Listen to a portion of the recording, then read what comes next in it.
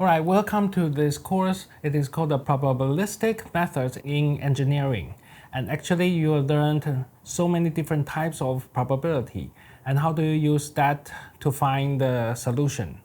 And before we talk about the random numbers, and we need to know some basic concepts like the basic set theories because we will use that throughout this semester. So first, let's see. What is the probability? Any thoughts, any ideas? So when we talk about the probability first, actually it is a number, right? Because I'm like 70% today that we will have rain, or like 20% we will win this prize. So we have a number. So probability, it is a number.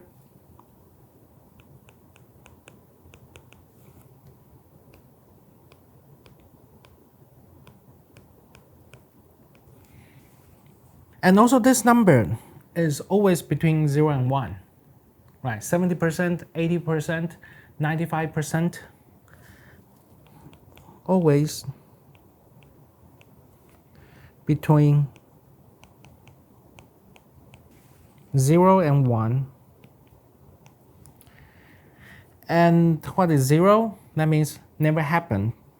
For example, if I roll the die, what is the probability of getting 7? It is impossible. So the probability is 0 because it never happened.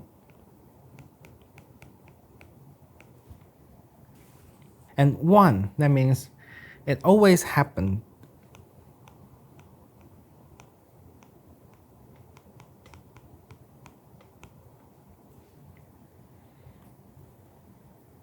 Okay. So here we have an example. The probability of getting ahead when tossing a fair coin. So when we toss a fair coin, it's either head or a tail. In this case, what is the probability?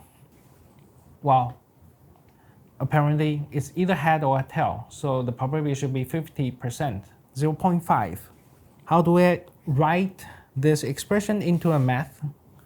We will say probability of getting head is how much? 1/2. So this is the probability.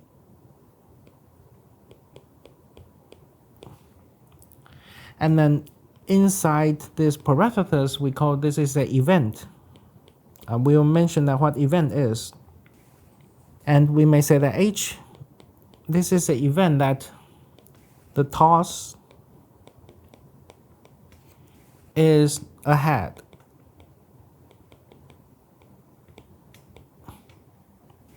And the 1/2 here is the number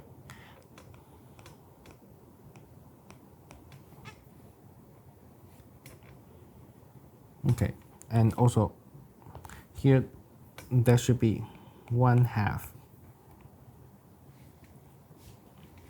Okay, I will express this sentence, this expression into math form. Okay, they are the same. So before we really learn the random variables and the probability, these things, we need to have some basic concepts of the set theory. So let's just quickly review the set theory for our first lesson. So what is a set and what is the element? When I write A equals A1, A2,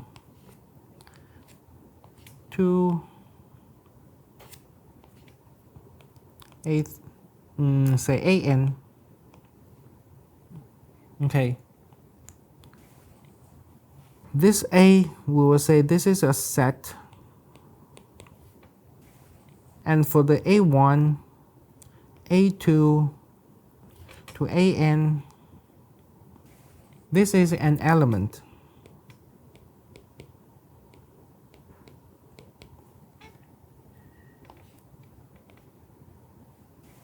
So here we say that A1 belongs to A, or is an element of a set A. We'll use this symbol. This symbol means is an element of.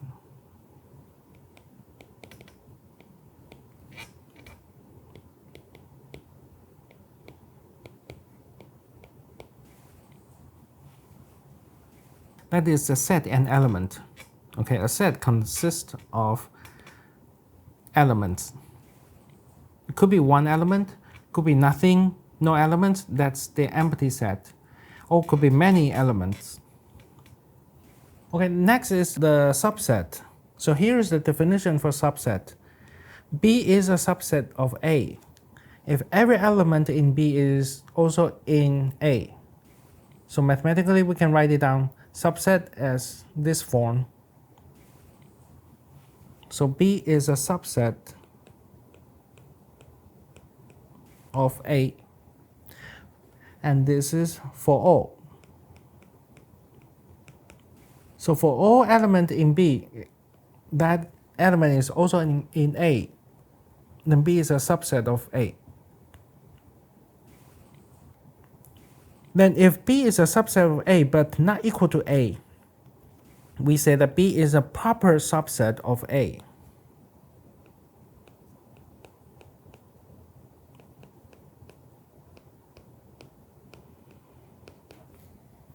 Okay, here's an example. If I roll the die, and then I have outcomes from 1 to 6, and A is a universal, A is a set, including 1 to 6. And now B is only 1, 3, or B is only 2, 4, 5. First example, B is 1, 3. 1 is also in A. 3 is also in A. But B actually is not equal to A, so B is a proper subset of A. 2, 4, 5, 2, you can see that I have 2 in A. I also have a 4 in A, and also 5 in A. But actually B is not exactly the same as A. So B is a proper subset of A. And here's a note. We say that A equals B, two sets are equal. If and only if A is a subset of B, and also B is a subset of A. Okay. Next is the empty set. So empty set, that means that I contain no element. So if there's no element in the set, so nothing here, it is called an empty set. And we will write it down the simple empty set like this.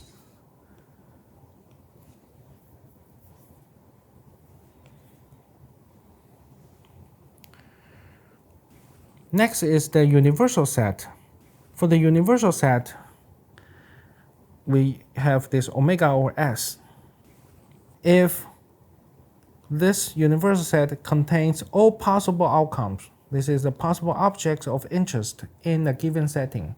For example, if I roll a die, the possible outcomes are 1, 2, 3, 4, 5, and 6. So if I include all these possible outcomes, then this is the universal set. If I toss a coin, then I have either head or tail. Head and tails are the possible outcomes. So I have a head and tails. If I include these two possible outcomes, this is the universal set. Next is the union. What is a union? The union of two sets contains all elements in A or in B. So they will include all the elements. As long as it appears in A or B, then I just all include that. For example, well, before that, the definition in math, we say A union B is that the element such that, this is such that, here, such that this element is in A or this element is in B. For example, the set of A is 1, 2, 3, 4. And in B, the elements are 1, 5, 6. So if I say A union B,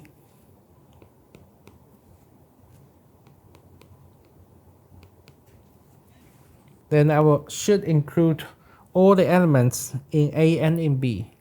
So it should be 1, 2, 3,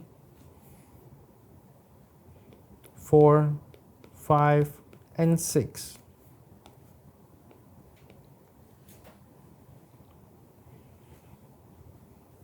Even though they have one appears in both of A and B, but A union B means that I just include everything that I see in both A and B. This is the discrete case. Let's see an continuous case. I have a set C, and it is a time such that the time is between 3 and 4. And another set D. This time is that the time greater than 3.5. So now that's just, so what is C union D? We can draw a timeline. First, let's see the C. The set C is that the time is between 3 and 4. 3 is not included. 4 is included. So this part is the set C. And set D, the time is greater than 3.5. Included 3.5 here.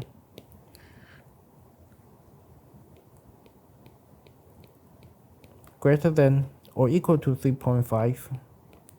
So here you can see that the line is greater than, the line is to the infinity. That is D. And here is C. So C union D. C union D is that I need to contain all the elements in C or in D. So it should be from, let's use this. C union D will be in this time line.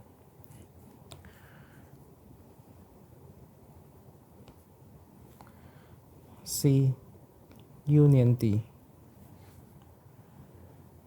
includes everything.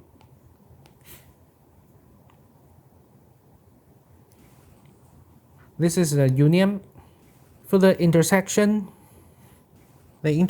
of two sets means that the elements should be in A and also in B. They have to be appeared in both sets, then I can preserve. For example, in this case, A intersect B. What is the answer? Need to contain all the elements in also A and B. So only one appears in A and also B. So when A intersect B, then my element is 1.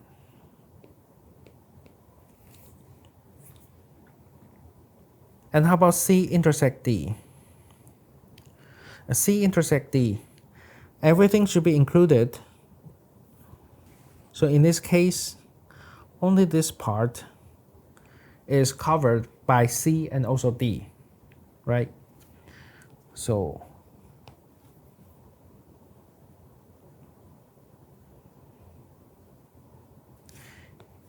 here C intersect D. And we can express this as the time such that this time is between 3.5 included and also 4. 4 is also included. The next is the collectively exhaustive. So what is collectively exhaustive? I have a set A1 to AN, and we say that this set is collectively exhaustive if the set A1 union A2 union A3 till AN overall, it is a universal set. It is called that collectively exhaustive.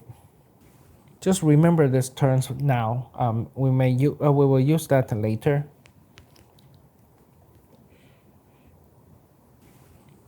Next is a complement.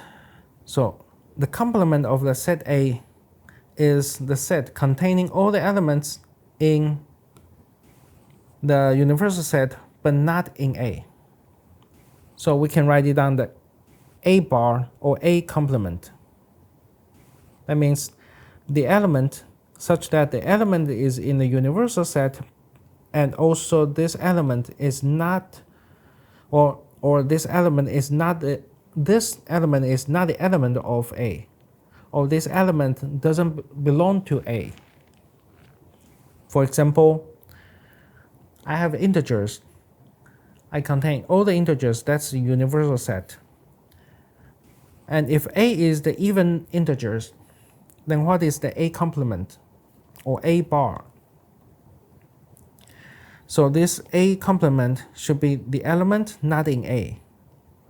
So A is even integers like 2, 4, 6, 8. So A complement should be not 2, 4, 6, 8, and 10, and so on. It should be not in A. So there'll be 1, 3, 5, 7, 9, like an odd integers. So here should be odd integers.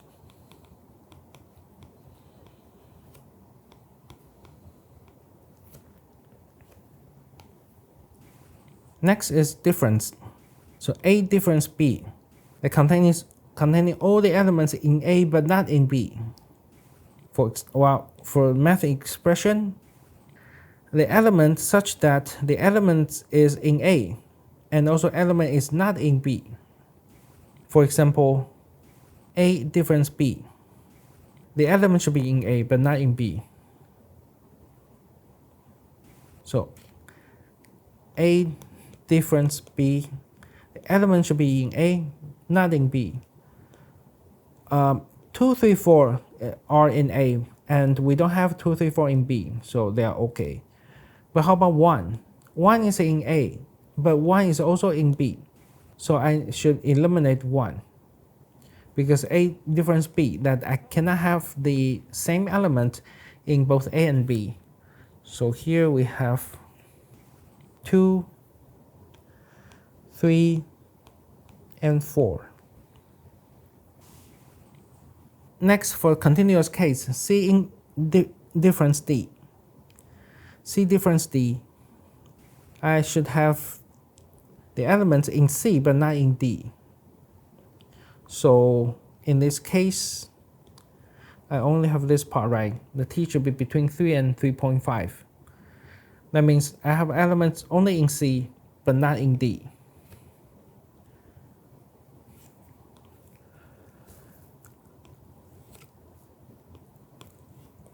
So we can write down the time such that this time is between 3 and 3.5.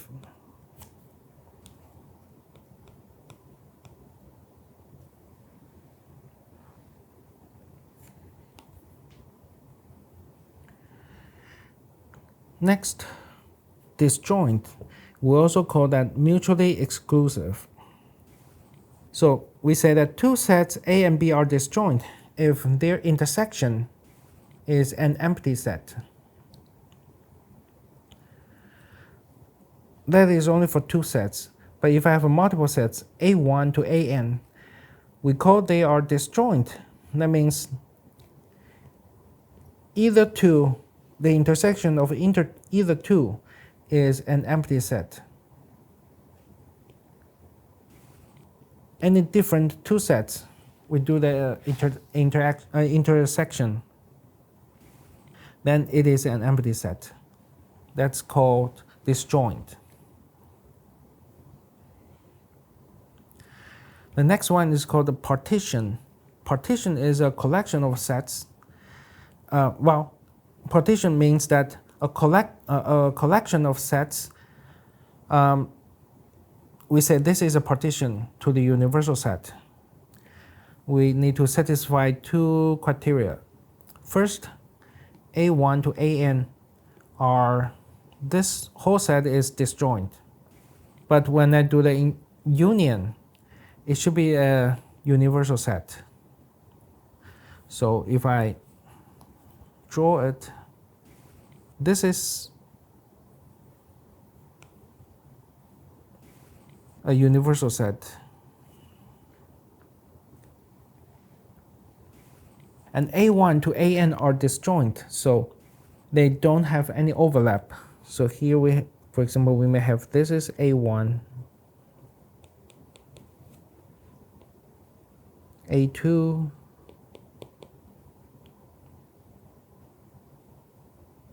maybe A3,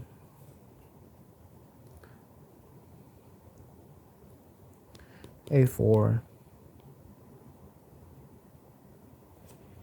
A5, and so on.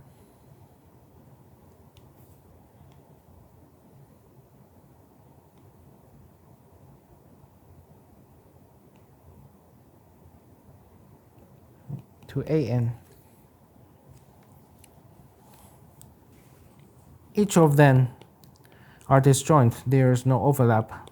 But when I include everything, overall it becomes an universal set. In this case, I will say A1 to AN are partition.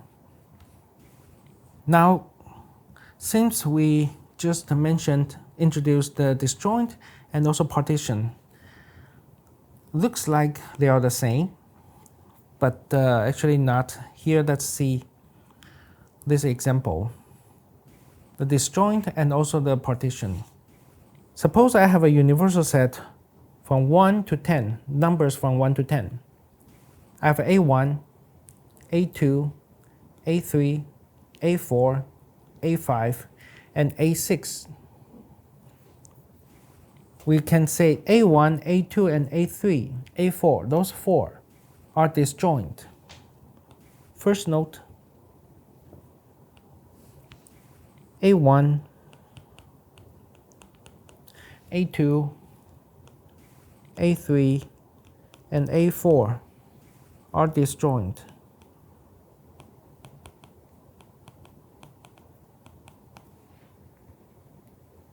Because why they are disjoint? If we do the intersection of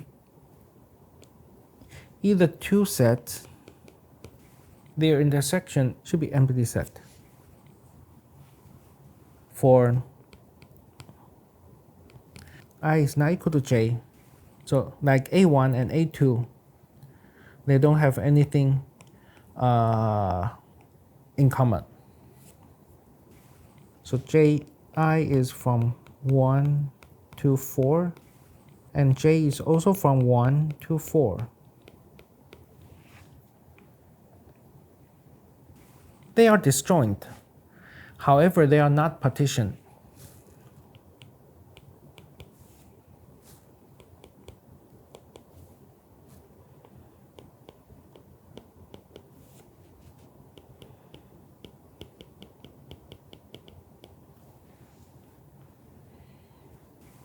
Why they are not partition? Partition, we have one more criteria. The union of their sets should be a universal set. But here,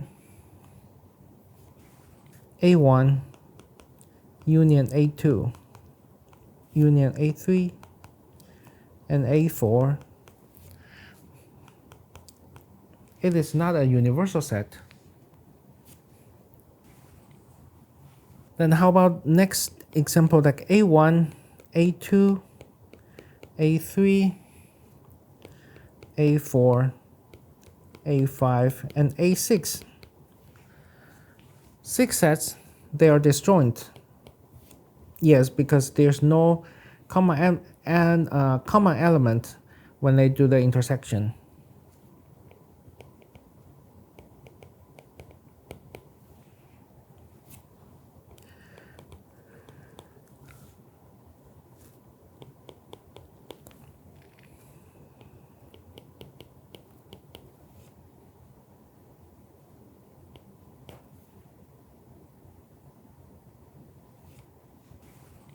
if I is not equal to j. So in this case, I is from 1 to 6, and j is also from 1 to 6.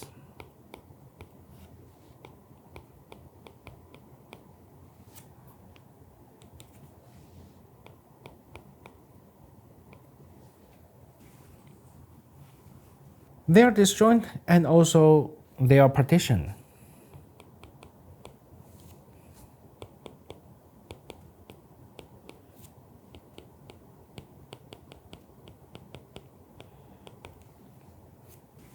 Because if I do the union, A1 union A2, union A3, union A4, union A5, and 6, they become a universal set. Next, let's talk about some properties of the set operations.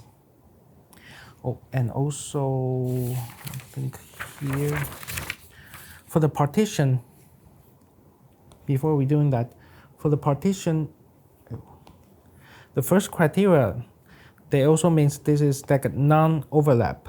So there's no overlap because they are disjoint. And if I union all the sets, it becomes a universal set, which means we can also decompose those, decompose the set into n sets. So first, let's see the properties. Commutative, A union B equals B union A. A intersect B is equal to B intersect A. So here, when you observe that, the commutative means that the order does not matter.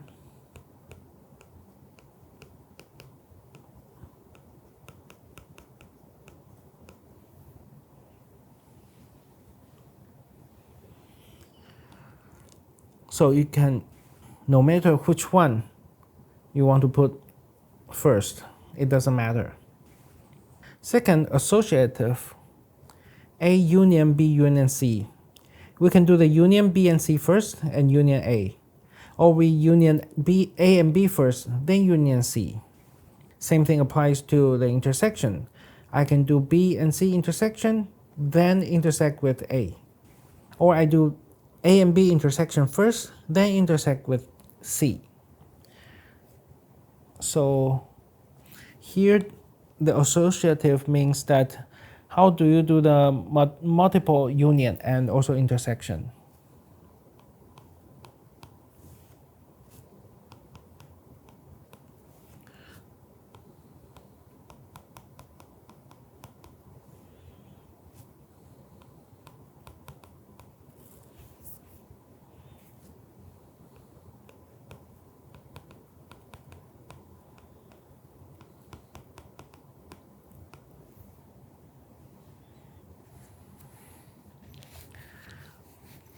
Distributive. So distributive here, for example, A union B intersects C. We do the intersection first and then union A. In this case, we can do the union first, A union B, and also A union C. And then later on do the intersection.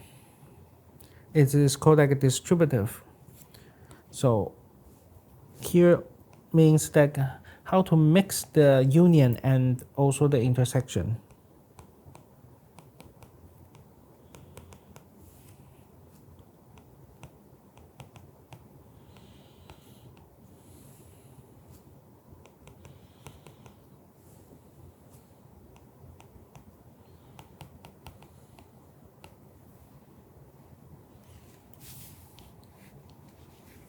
Next one is the De Morgan's law.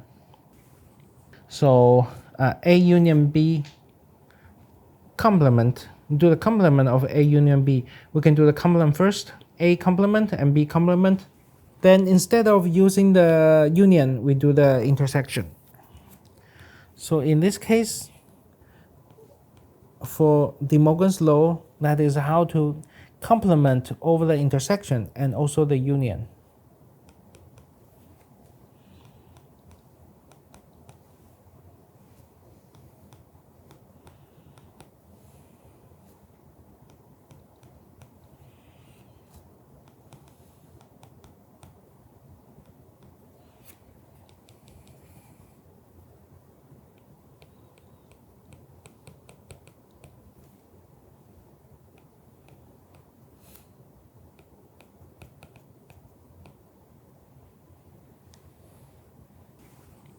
And then if you really want to know how to use this, apply these properties, we have a homework 1. So you can do the homework 1 for more examples. So do homework 1.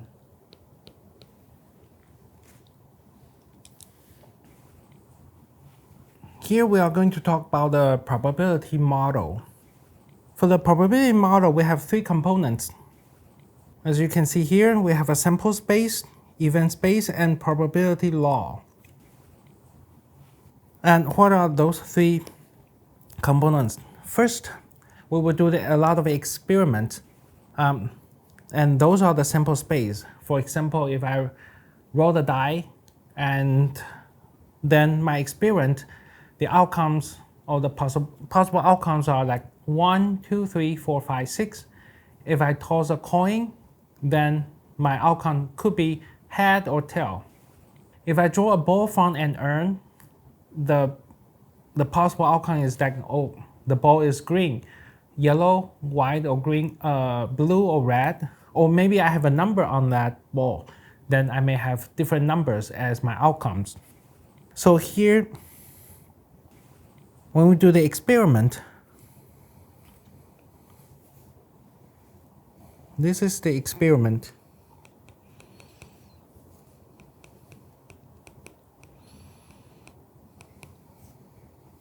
And for those experiments, we call this as a sample space.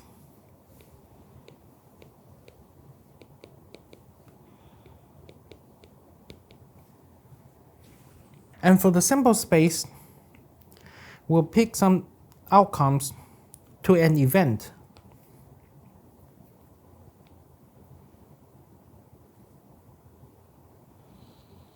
So for example, suppose we have an event A or event B,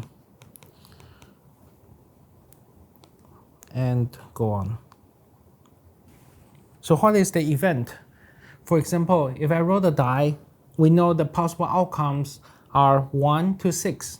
My event could be that once I roll the die, I would like to get the even number. I would like to get the odd number. Or my number is greater than 3. Or my number is less than 5. For example, if my number is greater than 3, then the outcome should be 4, 5, 6. And this is just my event. Or my number should be less than or equal to 2. This is my event. So my possible outcomes will be 1 and 2.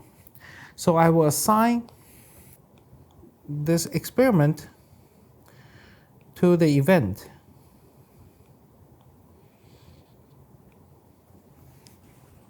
And then through this event, I will assign the number to that.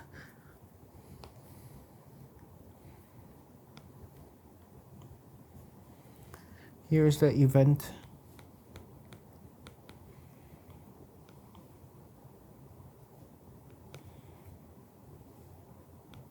I have an event A and event B.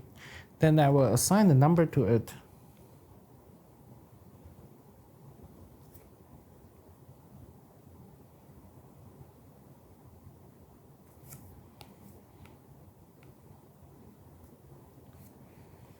Event A, I'll go to here, and then we'll assign a number that is the probability.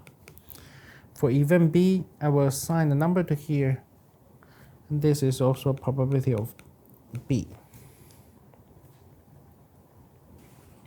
So here is our probability model. I do the experiment, and once I have an experiment, then I will define the event. Once I have an event, then I will assign the number to a real line, and then we'll get the probability. So first, let's just talk details about those three components. First is the sample space. What is the sample space? The sample space is the set of all possible outcomes and will denote by the omega or S. If I flip the coin, my sample space is either head or tail. If I toss a dice, my sample space, a fair dice, then the possible outcomes should be 1, 2, 3, 4, 5, and 6.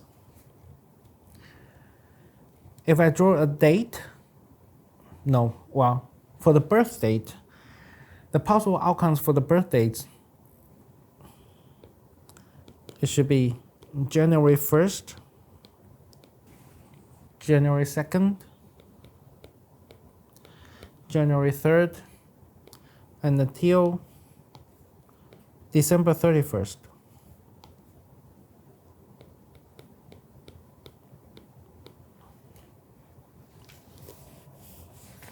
So if I say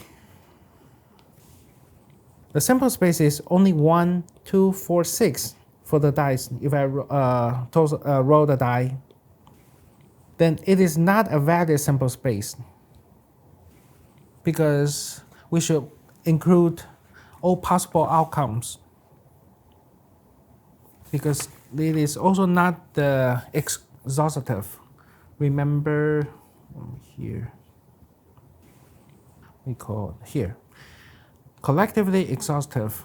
We say collectively exhaustive if the union of all the sets is a universal set. And in this case, if I do the union, it is not a universal set, so it is not a valid sample space,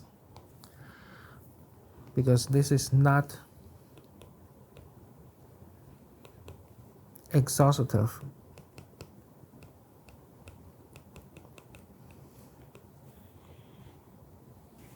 But if I say that my sample space is like 1, 2, 3, 4, 5, 6, I have double ones here, then it is also not a valid sample space, because it is not exclusive,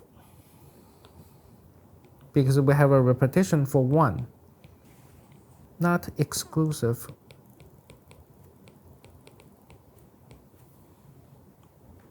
Okay, so for our sample space, I need to contain all possible outcomes, but it cannot be repeated,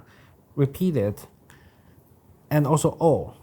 Okay, this is not all, so not a good or valid sample space. The next is the event space.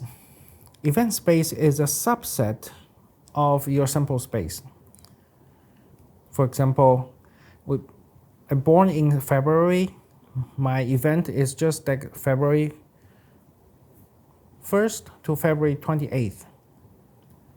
But overall, the birthday is from January 1st to December 31st. I can also say that my event space, the event is that born in February 5. So my event, we can just write it down, February 5th. If I roll the die, my sample space is from 1 to 6.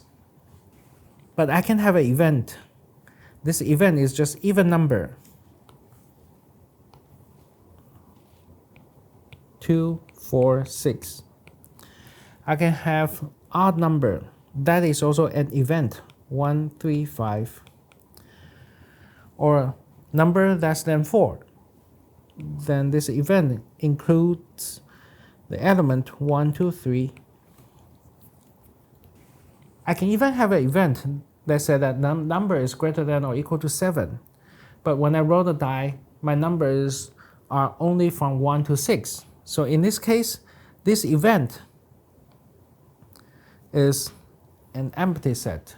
Remember that event is a subset of the sample space. So it is also a set. Okay, so once the set contains no elements inside, it is an empty set.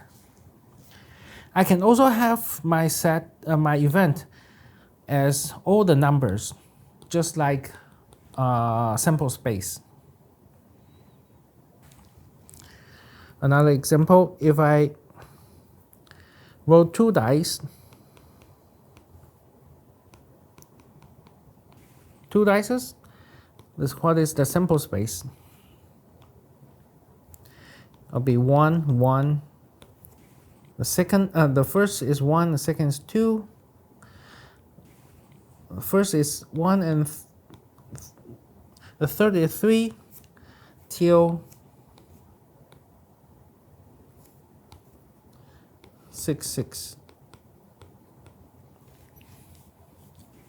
And you can also define your event.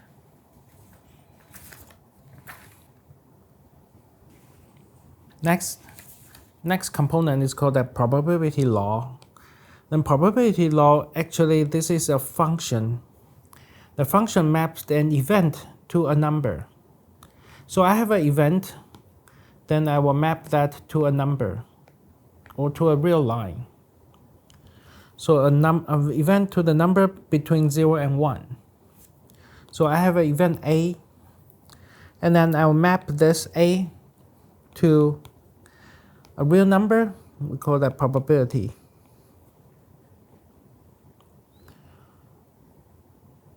So the probability law, for probability law, it has to satisfy these axioms. First, the probability is always greater than or equal to 0 for any event A. You see that inside this is the event. Okay, this is not just the number. So the probability is always greater than 0. This is non-negativity.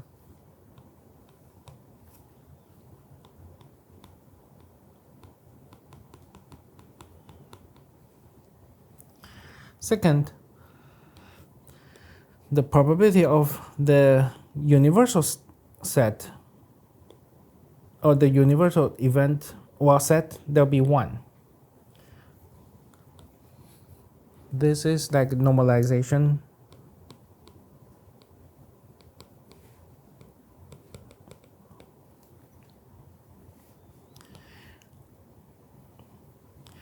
If A and B, those two events, their intersection is an empty set, then what is the probability of A union B? In this case, in this probability, I just have the probability A plus the probability B. This is additivity.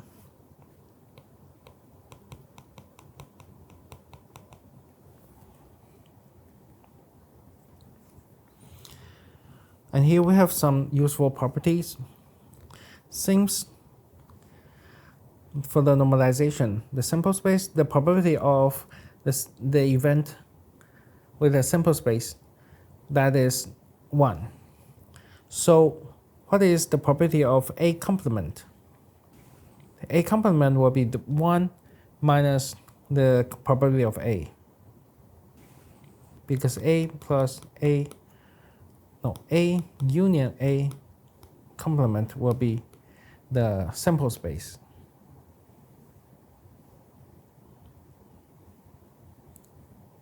And then probability, this is a probability, this is 1. And what is the probability of A union A complement? Since A intersect A complement is an empty set, so the probability of A union A complement is the probability A plus probability A complement. So that's why probability A complement will be 1 minus probability A. And if I have A union B, that is the probability A plus probability B but minus the intersection part. And that value is always less than or equal to the probability A plus probability B. We can extend this to n event. So if I extend that to n event, A1 to AN,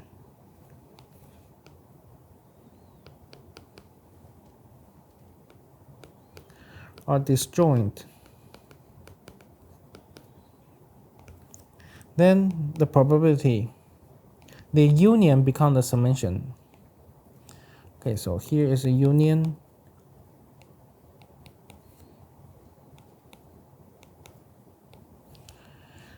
Union becomes summation because they are disjoint.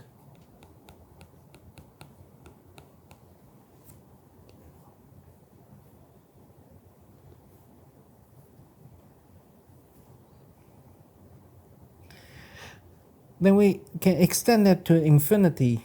We have infinite sets. So the union, the probability of their union becomes the summation of their probability.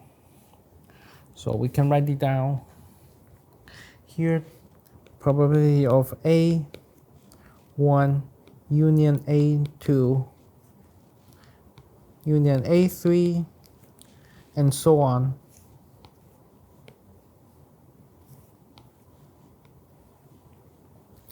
That is the probability of A1 plus probability of A2 and the probability of A3 and so on.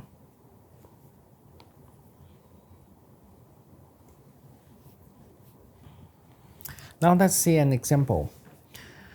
I have 10 balls and I have a numbers for that. A label for each ball. I have a 0, 1, 2, 3 till 9. And I have 3 events. Event A is that the ball is odd. Event B is that the number of ball is multiple of 3. And event C is that the ball is less than 5. So first I want to find the probability of A union B. And then I want to find the probability of A intersect B and intersect C. So first, let's see A union B.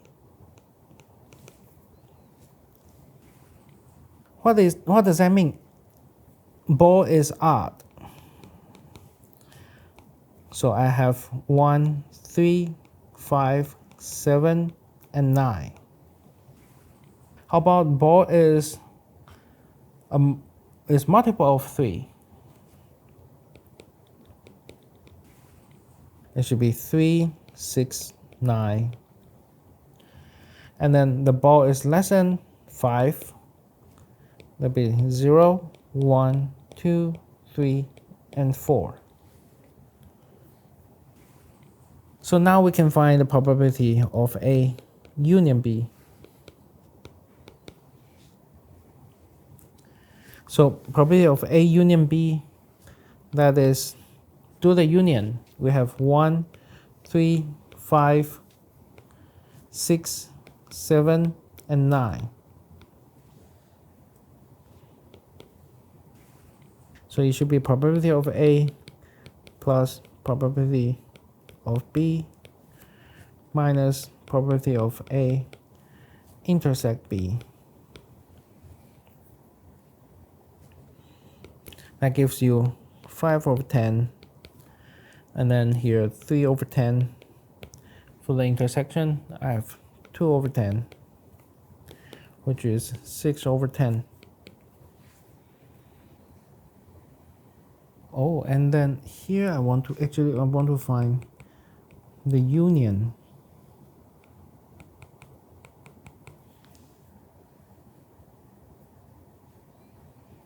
So the probability of A union B union C, that is the probability. If you do the union, we collect all the numbers. 0, 1, 2, 3, 4, 5, 6, 7. Oh, I don't have 8. So here I jump to 9. So I have 9 balls out of 10. So it'll be 9 over 10. Okay, so now let's just take a review of the axioms of probability. First, the probability of an event. Once this event is in the event space, this probability is greater than or equal to 0. And the probability of the sample space is 1. And if I have n sets or n events, they are disjoint, then the probability of their union from 1 to n, there will be the summation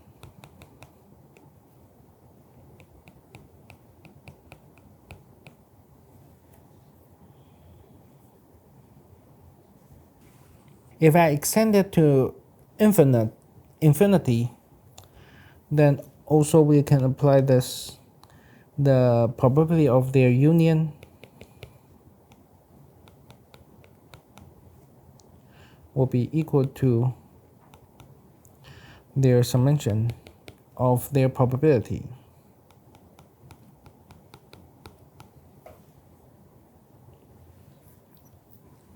So here's a note. Now you see that the probability is a set function.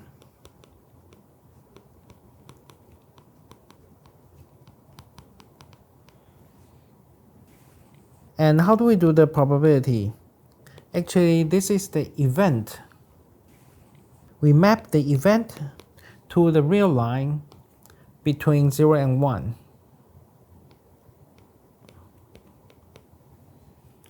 Which means that it is not the sample space mapped to the real line. Okay. So every time when you write something inside here, it should be an event. So you cannot just write it down like 6. It should be an event 6 if I roll the die, and I would like to find out the probability of getting 6. This is an event, not a number. So here we say that we need the event 3, for example. This is 1, 6 if I roll the die. This is event.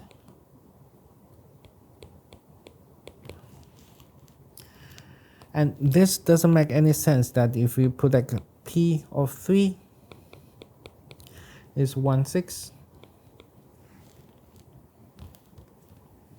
Okay, so here is another note. This probability assigns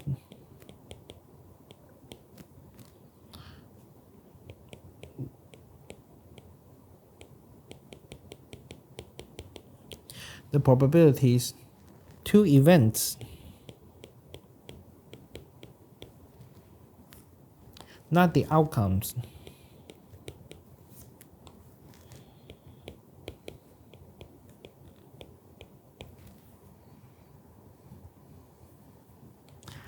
Okay, here is a brief summary. The set of all possible outcomes is the sample space.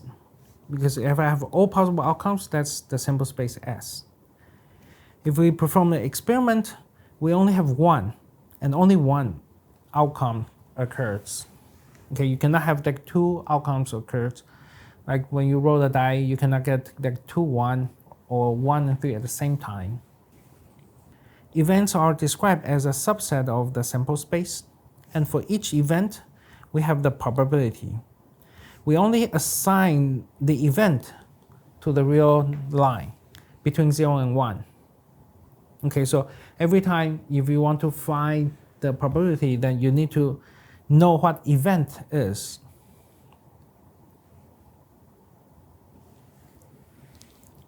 Next, let's talk about the conditional probability. I have 2 events, A and B.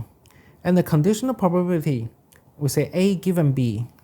Here you can see that this is the given symbol. Remember, I have a difference. And here we have given is a straight line. Those are different. Okay. This is different. And this is condition. So here's the formula that A condition B on B. So the conditional probability A given B, then in the denominator is the probability of B, and the numerator is the probability of the intersection of A and B. Why do we study the conditional probability? Because we want to analyze the probability of an event, and given another event has happened, and that happens a lot, and we will see many examples throughout this semester. And also for some fundamental machinery to analyzing the complex relational systems, we may use the conditional probability, like using the machine learning or some high dimensional data analysis. We always need to use the conditional probability, this concept. So here let's see 3 examples. If I roll the fair dice and we know that the outcome is even, so based on this condition, outcome is even, then what is the probability of getting 6? First, when I roll the die, let's see what is the sample space. Sample space contains all possible outcomes. So first, let's see all possible outcomes. That is 1, 2, 3, 4, 5, and 6. So we know that in this case, if I show all possible outcomes 1 to 6, then the probability of getting 6 is 1/6. This is based on not knowing the outcome is even. So without knowing that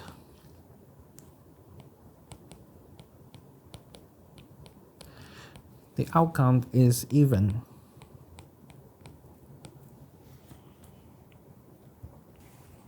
So if we know the outcomes are just even, then my possible outcomes change. Possible outcomes will be only 2, 4, 6. So the probability like getting 6, condition on that the all possible outcomes are even, this becomes 1/3. So in this case, that 1/3 means that knowing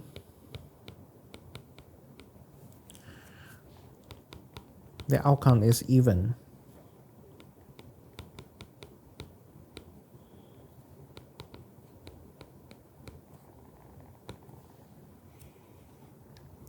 So later on from the formula,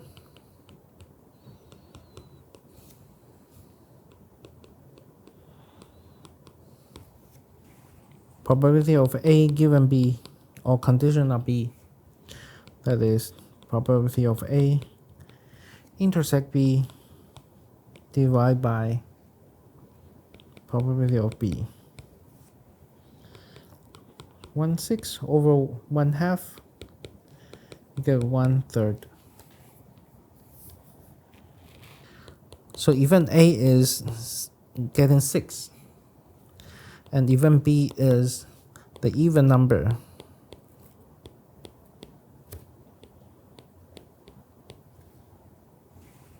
So the probability of even numbers is 1/2.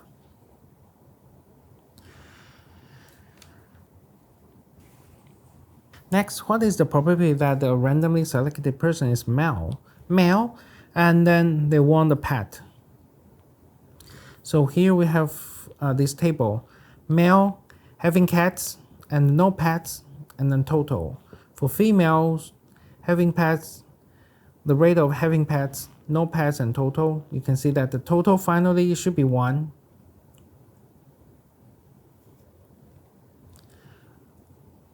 So I need the male, condition that they own the pets. They own the pets and they are also male. What is the probability? The male, condition that they have a pet. So that's M intersect P divided by the probability of P having a pet. So once you can write it down the question into the math form, that it will be easier to find out the answer. The male and also having pets, that's 0.41. And then having pets, overall, having pets is 0.86. So you'll get 47%.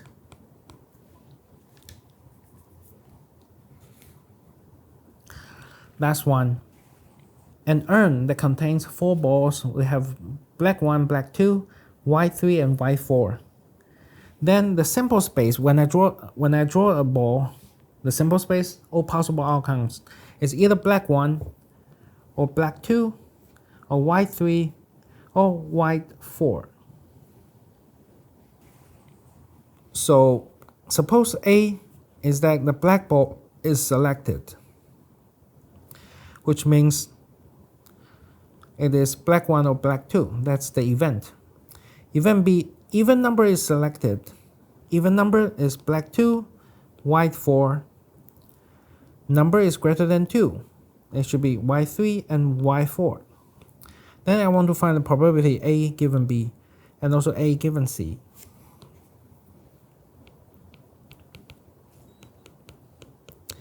A given B, that's probability of A intersect B divided by the probability of B. A intersect B. Find something in comma, only black 2. So it is 1/4 divided by even number is selected. I have 2 out of 4. So you get 1/2. Here we can write it down. A intersect B is just the black 2.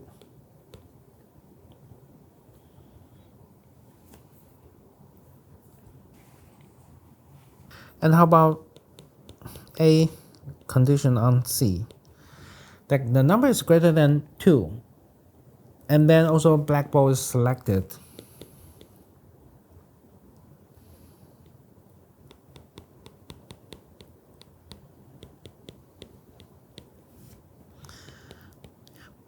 Number is greater than 2. The probability is 2/4.